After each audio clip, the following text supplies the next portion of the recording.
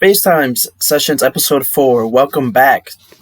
We are back, folks. Brought to you by your hosts, me, Benny, and Jack.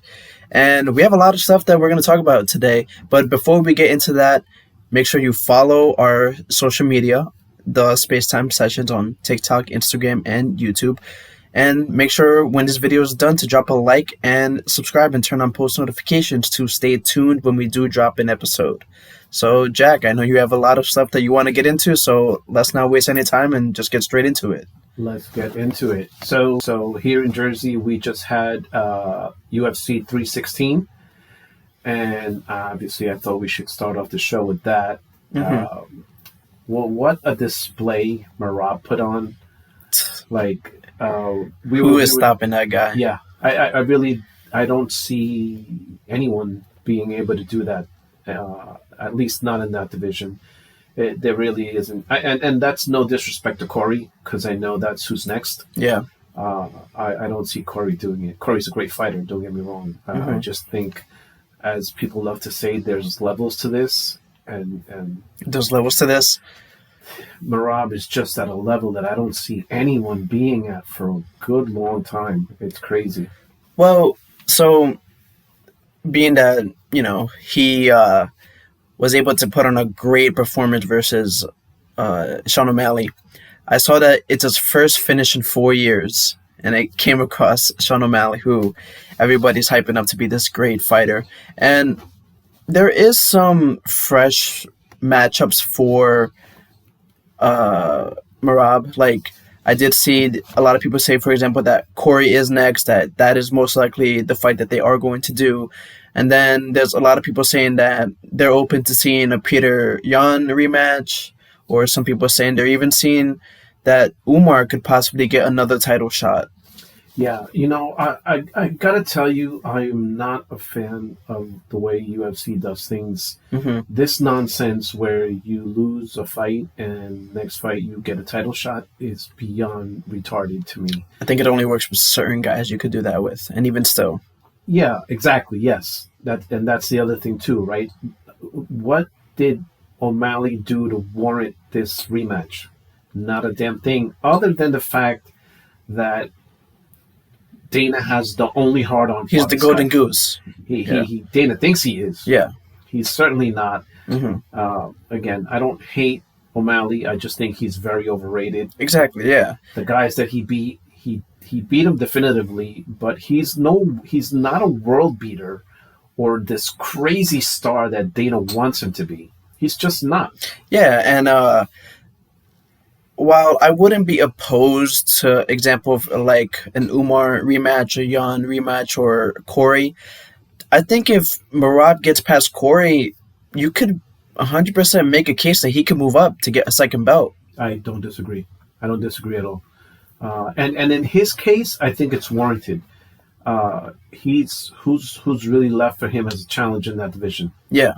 Right? I don't really think anyone, and again, no disrespect to the guys in that division, but the only attractive matchups that are in that division for him are what you mentioned, Corey, maybe possibly Piotr. Yeah. And that's about it. So at that point, it's like, what are you going to do when you have that kind of dominance? And the fact that he's unleashing new wrinkles is even scarier. Yeah. Right? That's crazy. So go ahead and put up that head-to-head thing that we were looking at before. Yeah, I mean, he was able to completely dominate O'Malley in every aspect. I think he outstruck him. The takedowns again. He was just able to overwhelm him. And like you've been saying for months since this fight got announced, that we were going to see a similar fight, and it was kind of a similar fight, except more dominant than the first one.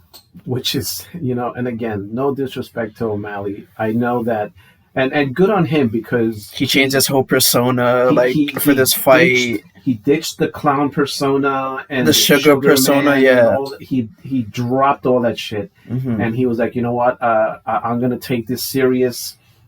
Everything. He stopped drinking. He stopped the weed. The clown hair. Everything.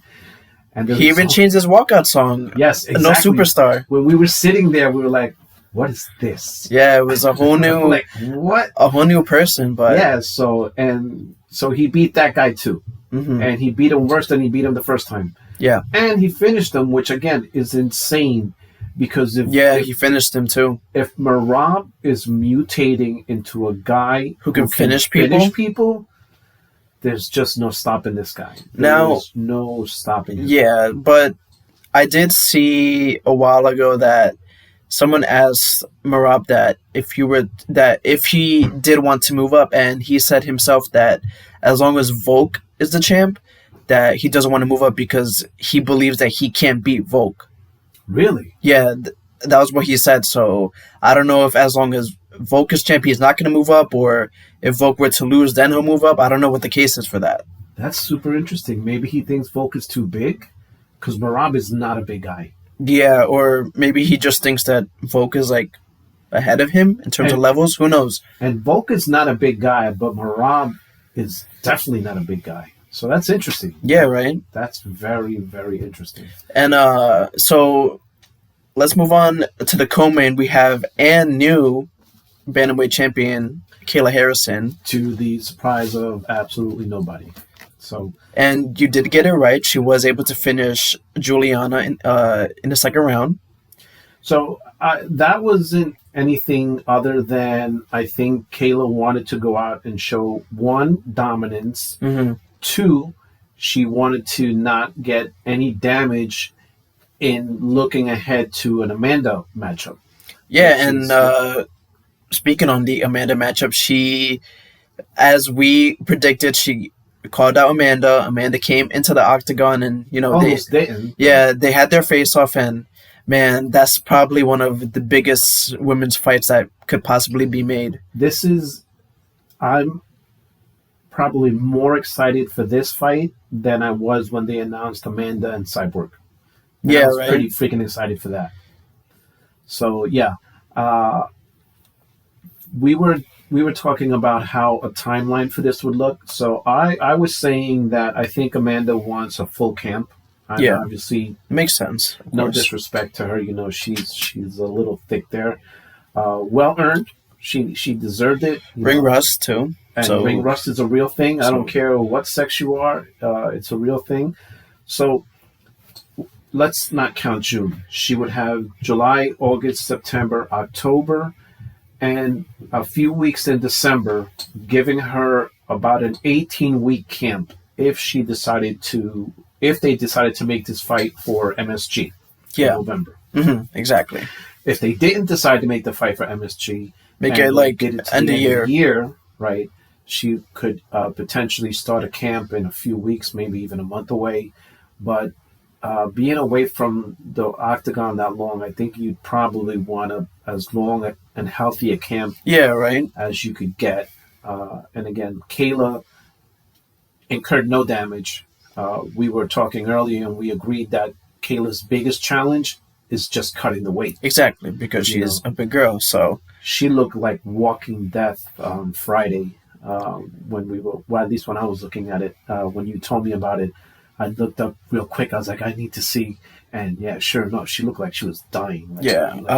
But what do you think of that fight? Like Amanda versus Kayla, how do you see that playing out? So there's things that cancel each other out. I think Kayla's gas tank is not the greatest, especially with the weight cut. Mm-hmm. So I think Amanda has her there. True. I think Amanda's a better striker. She's probably the best striker next to Cyborg, or probably she's, I think, on par with prime Cyborg. Yeah. Because even though she, sent Cyborg to the Shadow Realms in their fight, you have to take into account that up to that point, or right before that point, Cyborg had been in a lot of wars. Yeah. Right? Like wars. Yeah. She worked through a lot of people too, granted. But like you reminded me earlier, Dustin said that every time you fight in the octagon, you leave a little piece of your soul in that place. And so at a certain point in your career, you've probably left a good chunk of yourself in that. Yeah, And when people you're not start really tagging the you, same person. yeah, exactly. And when people start tagging you, these young guys with these heavy hands and crazy cardio, Father Time's undefeated. Exactly. So the age thing, I don't know. I think it kind of cancels out. Amanda would be well served to do some sparring. I would say heavy sparring, but not crazy sparring, because we just saw what happened to Kai Kara. That's crazy.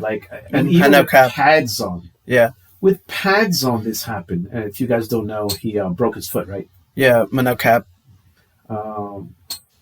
So he's out for that fight. Yeah. And, fights like this, how do you train without going hard? I think there's a way to do it. There should be a way to do it. I know I would insist on it if I was a coach. I mean, you can't really keep holding up divisions by getting hurt and doing things like that. So I think the striking, I think Amanda has her. Kayla's never been a big striker. Pacheco proved that against Kayla in their second fight. The ground, when it comes to the ground, Amanda's very comfortable there. Maybe she has great BJJ. Because of her BJJ. I don't think, even though Juliana has BJJ. Yeah. But it's just not nearly as good as Amanda's. It's not as good as Amanda's, and I think she was overwhelmed by the size of I think she got smothered by Kayla. Yeah. And didn't really have a chance to use her BJJ. Well, yeah, so I'm glad that you brought that up. So I don't know if this is true or not, but apparently on Fight Night when they got into the octagon, Juliana weighed like 150 and Kayla was about 165. So Jesus Christ. It was a pretty big difference there. Damn, I am so not a fan of this rehydrating stuff. I think it's weight bullies is not even the right word for what I think these guys do. I don't know. To me, and again, I'm not a professional fighter, but if I walk around at 185, I'll fight at welterweight or something. Nothing crazy. Me, I would fight at 170. Yeah. I would cut 15 pounds, right? That's anything more than that, you're a weight bully. Yeah. There's no other way to say it. These guys, and I love Patty, but that guy's, God, I hope he doesn't kill himself. Patty takes it to the extreme. That dude is cutting 50 pounds on a camp. Yeah. And that's crazy. It's nuts. It really is. So let's get into, it seems like we talk about it almost every episode, but we get something new every single episode regarding this topic. Dana White has apparently said that Tom versus Jon Jones is done, but I think we all know what that means. Yeah, and especially in light of the tweets that we've been seeing from Mr. Jones, how the one that comes to mind right away is when somebody asked him, how would you beat Tom? And then he said, by never giving him the opportunity. Yeah, so just by that, it could tell you that fight is never going to happen. It's not. Yeah. It's not. And, you can put up that quote. And this is a direct quote. Dana actually did say this. No, he actually did. He actually said there's a video of him. The makeup we applied, but this is a Dana quote. Yeah. So, again, I'm not even going to get myself in trouble with that one. You might get offended at the makeup, but that's a Dana quote. And now, he's acting, he's going around because somebody got a hold of him at the 316 post press conference and told him, what do you think about all these things that Jon is saying? And it kind of sounds like he's not interested in fighting Tom anymore. And his stupid response is, really? Well, what's he saying? I'm not aware of any of this. He definitely knows, stop. Bro. Dana. He definitely knows. Stop. Yeah. Nobody believes that. Stop. Because, number one, if that's true, you're horrible at your job. Yeah. Number one. Number two, there is no number two. You're just horrible at your job. There's no way you don't know or you haven't heard what this man has been saying. Yeah. So stop. 100%. So, and I know, when you're in love with someone, ooh, boy, are you in love with them. You're not going to strip Jon. Everybody knows that. Yeah. Jon knows that, which is even worse because he's basically gone on record saying that you're not going to strip him. Is the UFC allowed to have two undisputed champions, or for example, Tom will just keep fighting for the interim belt, or are you allowed to have like two undisputed champs? I gotta be honest with you, I don't know. Yeah, right. Because that would be like interesting. I don't know. And then supposedly Ngannou chirped in or chimed in. Oh yeah, and then Jon said that he'd be interested in a Ngannou fight, saying how Ngannou has actually like proved himself and blah blah blah. So the guy we just know he's scared you of ran Tom. away from For 3 years. And avoided for 3 years, and the nanosecond that he was out of the promotion, You want to start chirping? you wanted to start chirping and then announced your final move up to heavyweight. Come Yeah, on, bro. right. Come on. So going back to UFC 316, we had another Bellator fighter come over, which was Patchy Mix, and I know Patchy Mix because of you, and I've seen him fight maybe like 2 or 3 times, and he's good. He's a really great fighter. But what happened to him on Saturday night? Because that was not the same fighter that me and you have seen. Yeah, no, I wish I had an answer for you. I really do, because I was super excited that the guy that I'd seen in Bellator was coming over, and I thought he was going to not run through the division. Or at least get like a title shot or something. I thought he was going to start raising hell. I really did. Yeah. I'd seen some of the things he'd been saying. I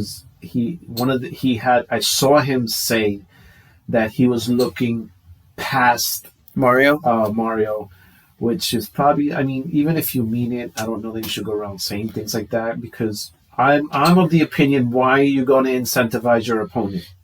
I think there's a difference between it being a competitive fight and him losing, but he just got like outworked and outclassed like all 3 rounds. Yeah, I don't think he went around and you and I were joking that Sal D'Amato gave Patty that 1 round. But it was true. It was really true? Yes, it was true. That guy. Yeah. He was the only judge. Like everything else was like 30-27, 30-27, and 29-28. And of course, it was Saul. I wouldn't let that guy judge a pie eating contest. How is that guy still have a job? That is crazy. And I've been looking, checking in here, there. You actually had more news on the Patchy thing than I've been able to find, because I wanted an answer. I'm like, what the hell? Well, from what I saw, he said was that he only had 3 weeks. Yeah, but that's kind of on you, my brother. Because of Cheeto pulling out. You took the fight. You didn't have to take the fight. It's true. And if you're going, I hate to sound like Dana here, but if you're stepping up to the big time, you kind of need to be ready for the big time. Do you think that the lights were too bright? That's a great analogy, because I was about to say that. I think it's so you and I have had the discussion of many Yankees. We'll get onto. Amazingly enough, we haven't discussed the Yankees at all on this podcast. Mm-hmm. But we had a discussion the other night, you and I, about all the Yankees who've come and found the lights in New York too bright. Yeah. They leave here and then go back to being great. Yeah. So Sonny Gray comes to mind immediately. Mm-hmm. Right. But anyway. Do you think that is what happened to Patchy? I think it's a combination of things. I think one, he maybe was not expecting to be called on so quick. Mm-hmm. And when he was, I get it. Dana calls you and he's like, hey, Patchy, listen, this guy pulled out. It'd be really great if you could. And he's going to tell the boss no. Yeah, right. He told the boss yes. He saw an opportunity to fight someone he probably thought he was going to beat. A 3-week camp, not a fan of it. I don't care who you are. Mm-hmm. Unless, not even, like if Kayla was to take a fight, I don't know, for International Fight Week. She couldn't do it, yeah. I'm her coach. I say no. Yeah. I say no. You didn't take any damage. You really only fought a round. Mm-hmm. And no, because even though she didn't take damage, that weight cut was brutal. It was, yeah. Right? And now she has less time to cut all that weight again. Exactly. So no, not a fan of that. So that's why I think I wouldn't be mad if they pushed the Amanda and Kayla fight to the end of the year, because I would like to see both those guys as close to 100% as possible. Yeah, of course. So now going on to a topic that has gotten us a lot of views, a lot of comments. Going to get into the WNBA, and you mentioned to me that Angel Reese is vested in being anything but a WNBA player. I believe they played the Fever the other night without Caitlin Clark, and Angel Reese dropped 4 points. So, and she's shooting 31% on the year. She's averaging 12 rebounds a game. But, of course, as we all know, probably like 8 of those are off of her own shots. So, I love talking about Baby Giraffe. But before we get into it, right? So what you just said, where Angel Reese is vested in being anything but a WNBA player, go ahead and put up this clip of, this is Angel walking into the Indiana Fever Arena the other night for their game. I missed you today. Yeah, I mean, it just seems that she's trying to branch herself as all these other things other than just being like a basketball player. But the thing that she's supposed to be. Mm-hmm. So, and before I forget, and again, I will never take credit for something that somebody else says. Some reporter said, I hope she hit, in reference to the reporters, he said, I hope the reporters hit all their shots, meaning pictures. Mm-hmm. I hope the reporters hit all their shots because Angel only hit 4. I was like, that's savage. But 4 points is insane, especially for her position. Yeah, and so listen, come on, you know, she's shooting 30% on the year, 30.9. So call it 31. Yeah, being kind, right? Let's be kind and call it 31%. Yeah, she's averaging 12.3 rebounds per game, right? And before anyone starts with the comments, well, why are you guys hating? Why are you guys... No, these are undeniable facts. This is not my opinion. These are verifiable facts that you can look up right now. Yeah.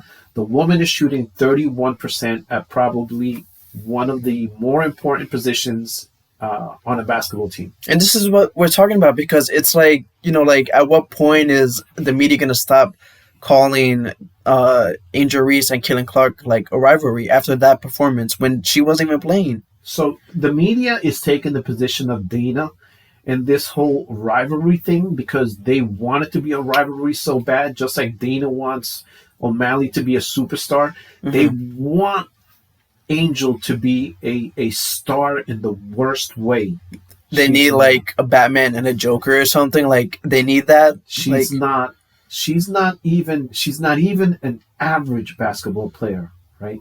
And I'm sorry whose feelings that comment just hurt, but it's the truth. I'm not even the greatest basketball player, but if you put me in her position, I could drop at least 10 points. I don't disagree, right? And so again, you know, it's gonna but you know, why do you gotta start with listen, folks, you know, we told you at the beginning, you guys are gonna hate some of these takes, but they're honest takes. Mm-hmm. The majority of the time, the stuff that we say is not biased. It's just raw truth. And you can see that her team does pretty good, even despite her. Yeah. Despite her, which is crazy, right? The woman, I hate the way words have become twisted, right? Yeah. Because when I was growing up, I had the Bird and Magic rivalry. Mm-hmm.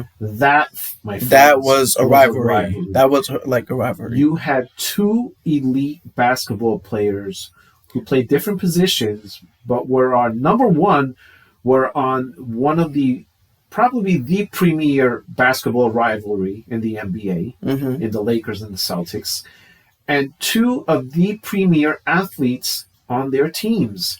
That whenever those two went at it, you had to watch. They were, I forgot what it was called. must-see TV. They were must-see TV before must-see TV was a thing. Yeah, and for example, like, people are saying that, like, oh, Caitlin Clark is, like, the reason the team is good.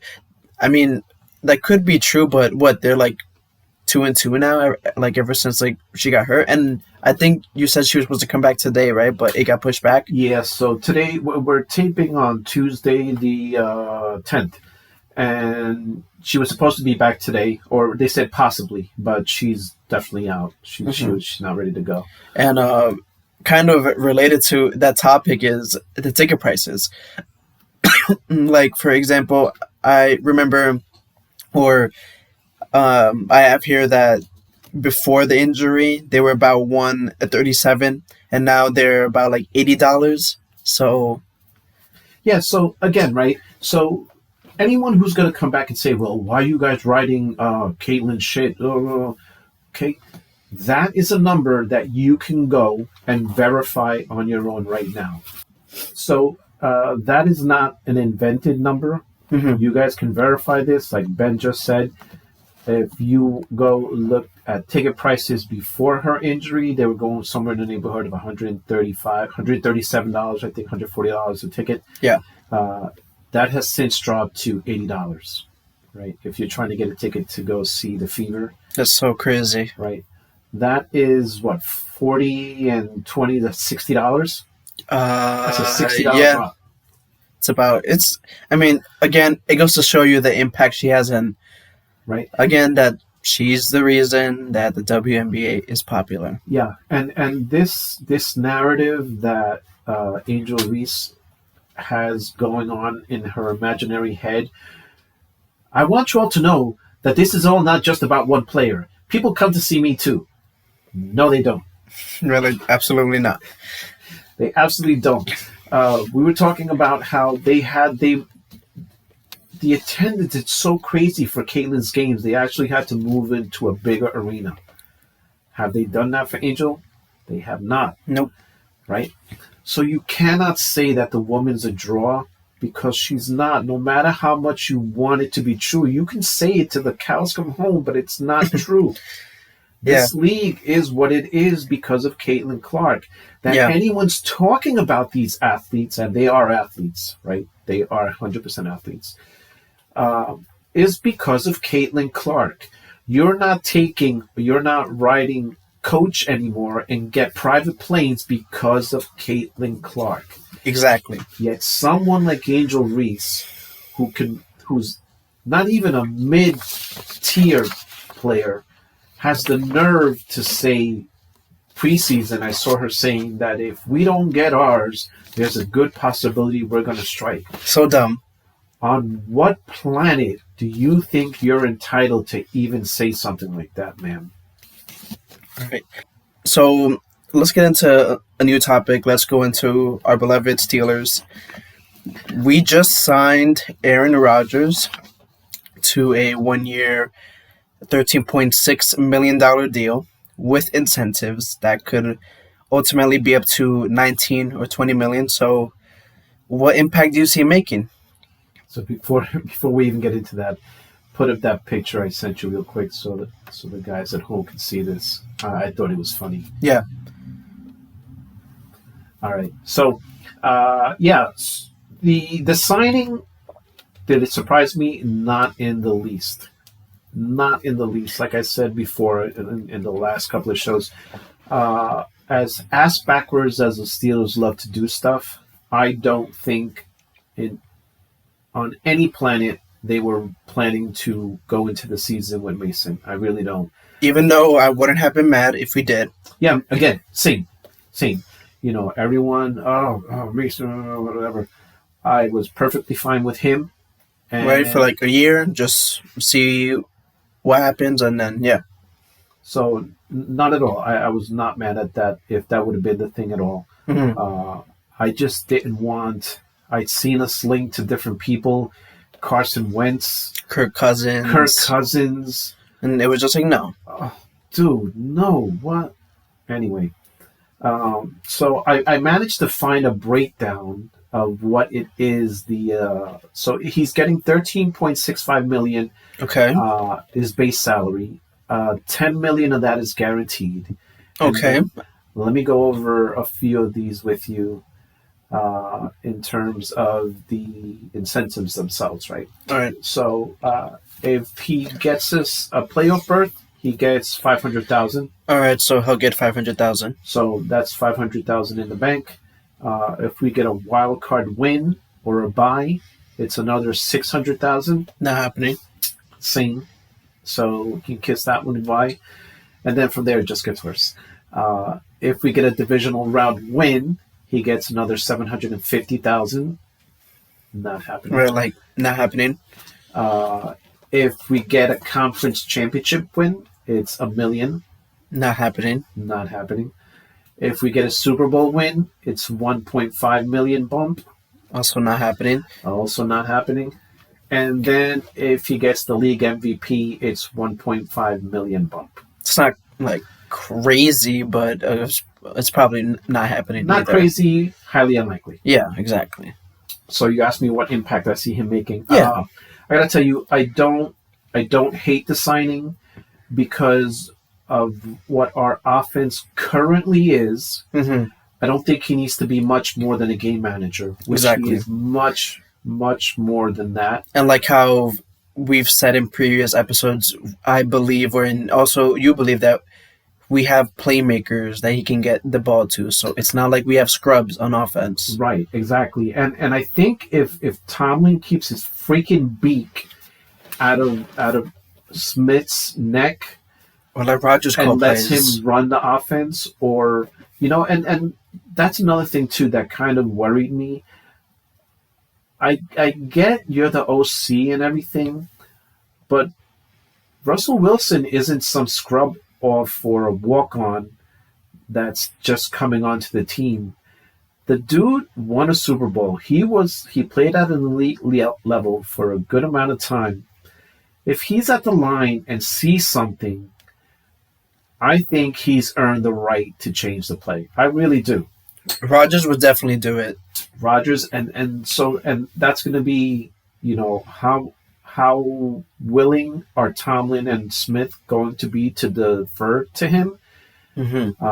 I would trust him. I definitely would. I would trust him like I trust Ben. Yeah. Like I would have that level of trust of him walking up to the line, seeing something and saying, okay, We're going to run this. we're going to audible out of this, guys, that this is what we're running. Exactly.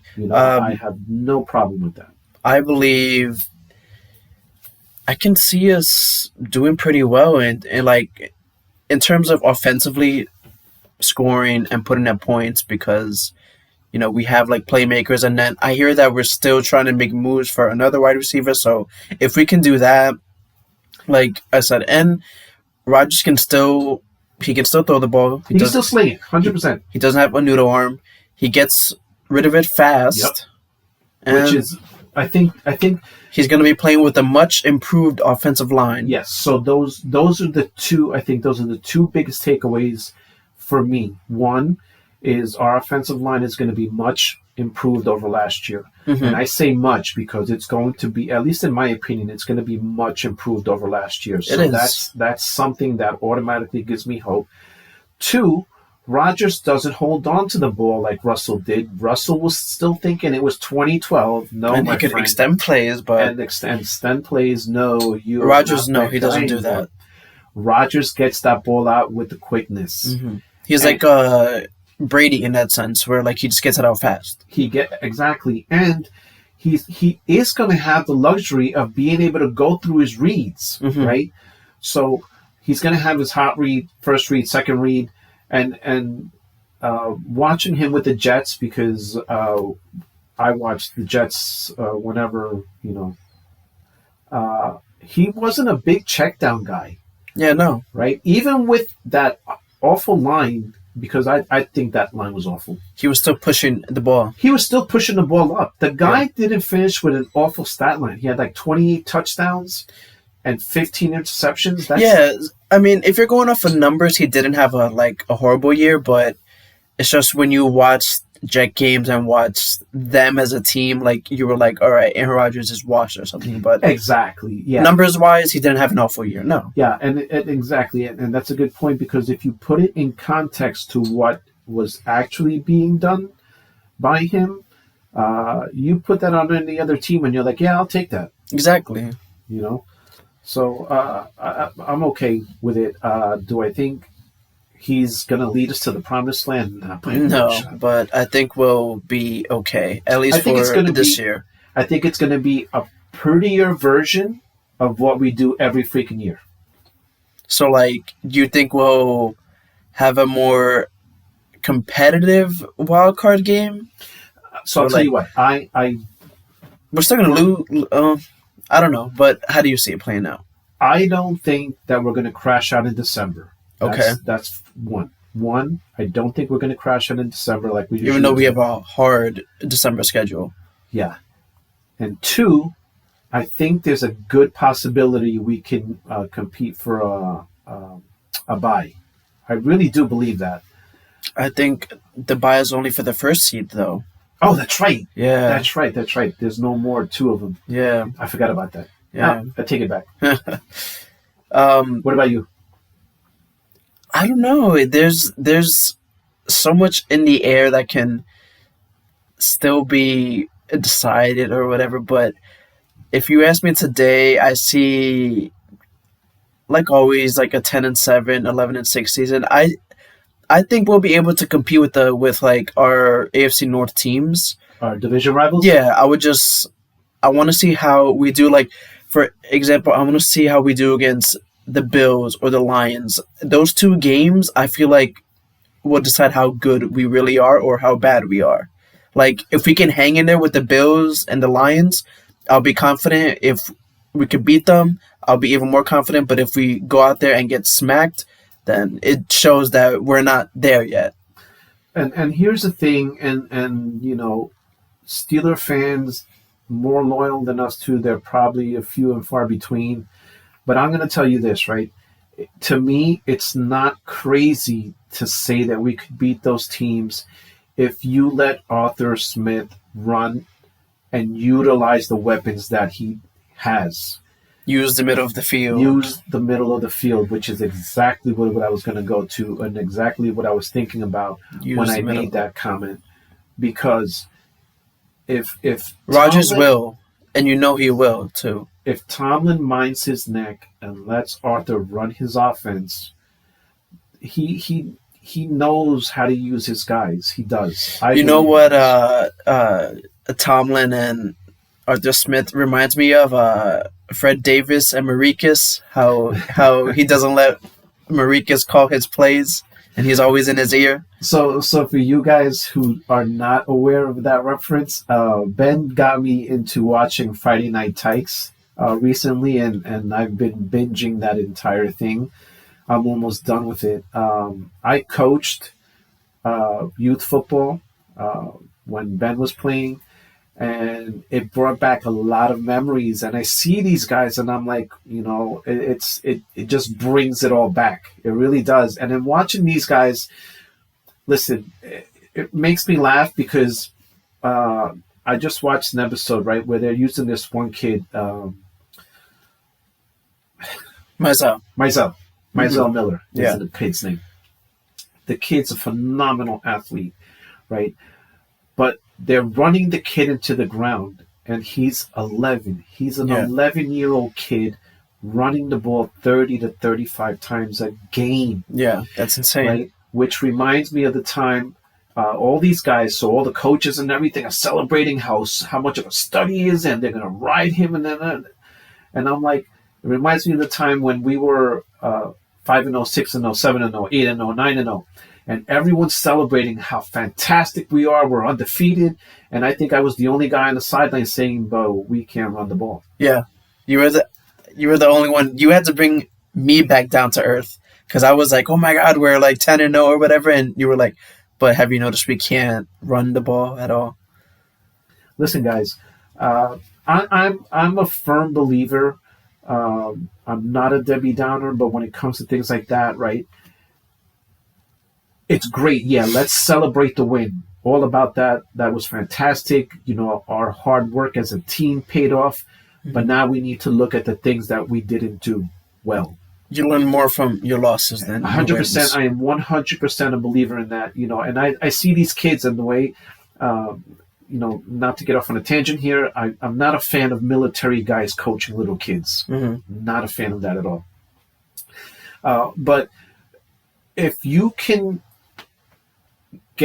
package a loss to a kid, or not even, just to anyone, in a way as a learning experience, as opposed to hang your head and cry and, oh, we got beat. No, like you just said, you really do learn more about yourself, your team, your coaches when you lose. Yeah. When you lose. Winning is winning. But it's so much more difficult to see those adjustments and make those adjustments in yourself, you as a coach, you as a team player, as a component of a team, right? Yeah, 100%. You learn so much more from losses, I think. But going back to the Steelers, because I know we went off on that little side track, but today is the first day of mandatory minicamp, and we have none other than our star player, our star all-pro edge rusher, TJ Watt, is not planning on attending. Yeah, not mad at it. When these guys hold out, so football is one of those sports where when these guys do that stuff, I'm really not mad at them. Yeah. Because how long is a good football career? 8 seasons, 7 seasons, right? Like nine seasons. If you're pushing 9 seasons, you're lucky. Yeah, it depends. And he's entering his 9th year, which is crazy to think about. Right? So, and the wear and tear on your body is real, man. When these guys hold out, especially for someone of his caliber, and like I said, if the Steelers are smart, that's a big if, there's a certain cowboy who's due for an extension. Yep. If they're smart, they get this deal done before Mr. Parsons get his money, or And it's going to resets the market, yeah. And exactly, because that man will reset the market, 100%. And then we're screwed.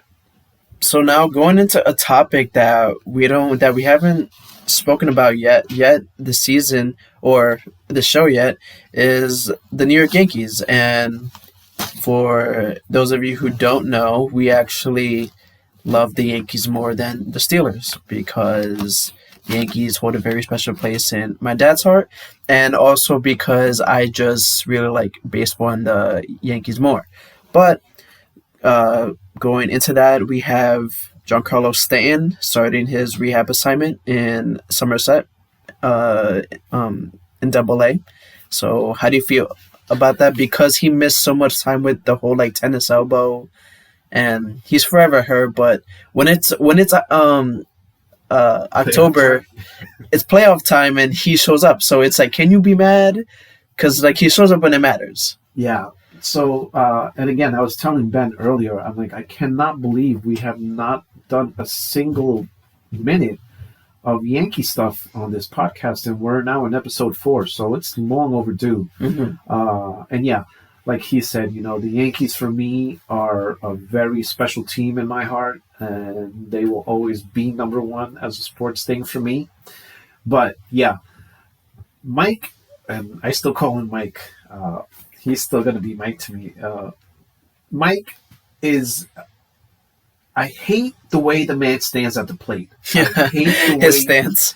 I hate his stance. I hate the way he swings. Right. It's it's so awkward, right? It doesn't look, it's not beautiful or pretty oh my God, Griffey.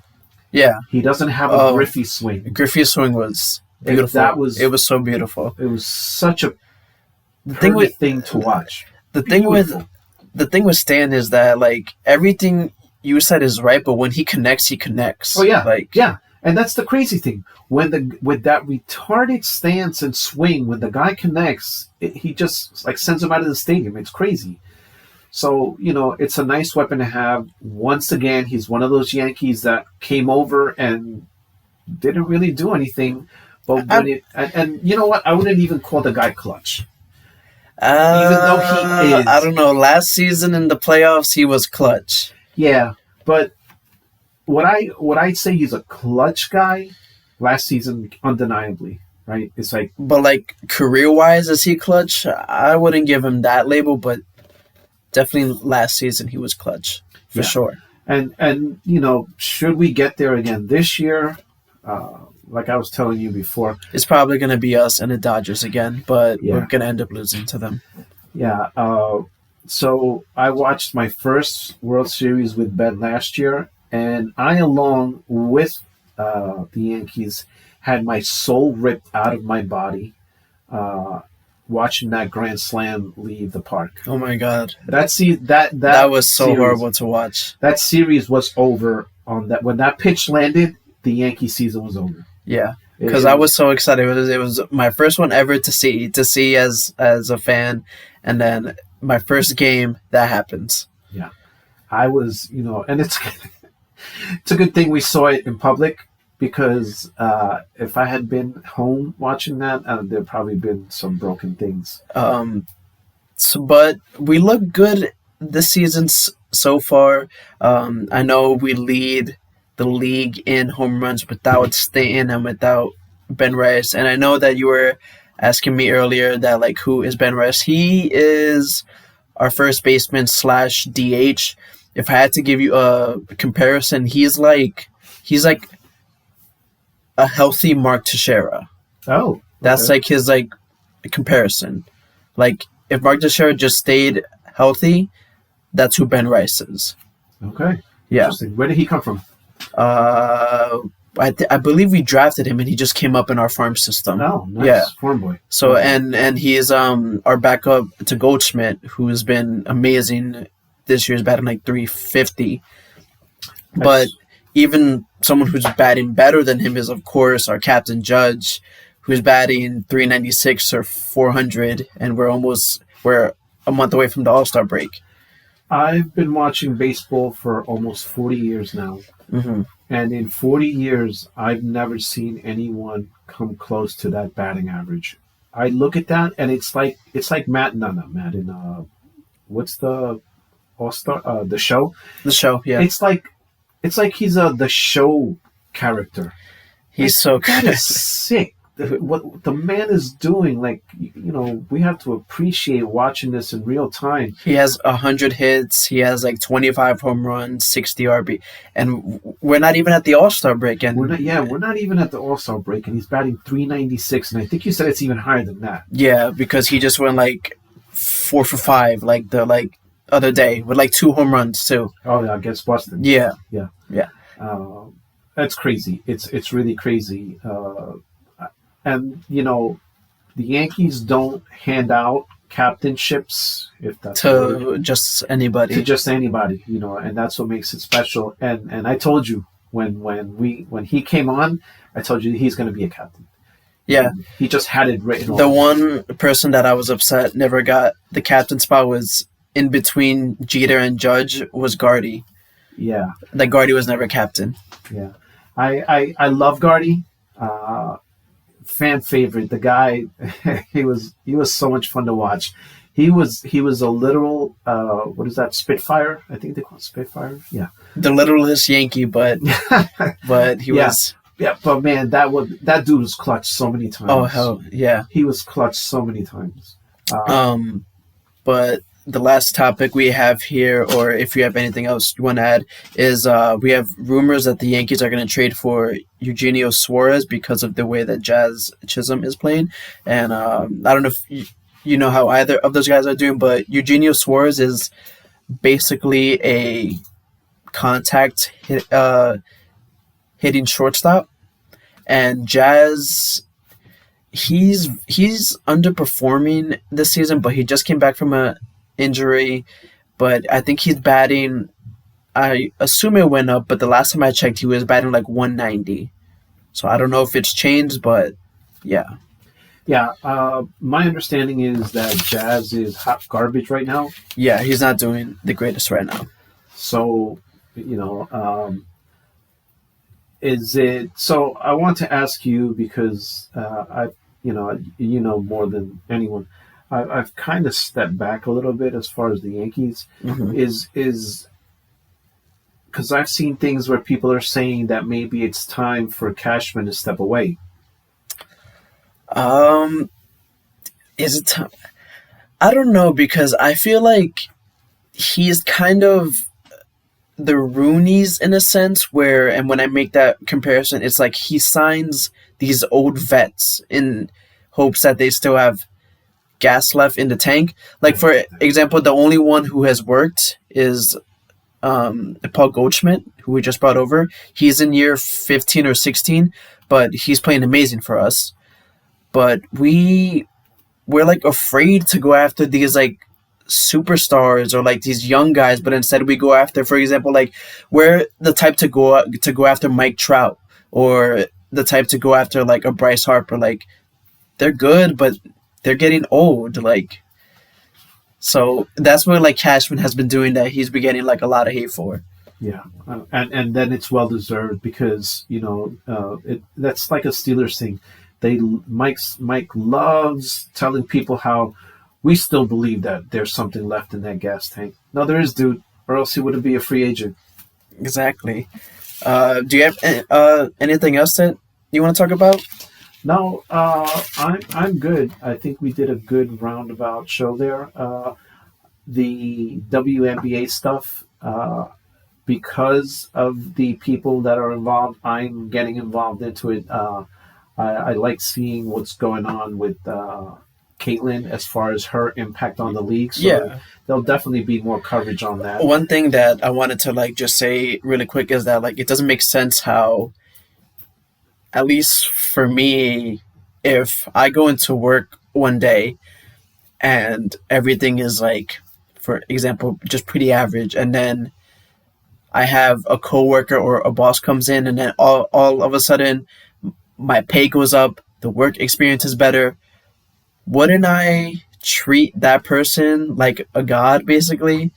So like it doesn't make sense that the NBA players, your cash cow, you're doing all these things to her, like hip checking her, pushing her. I don't know. It just doesn't make sense. It's so stupid. I agree 100%. And it's not like she's going around saying, "Hey," like certain persons or people are doing.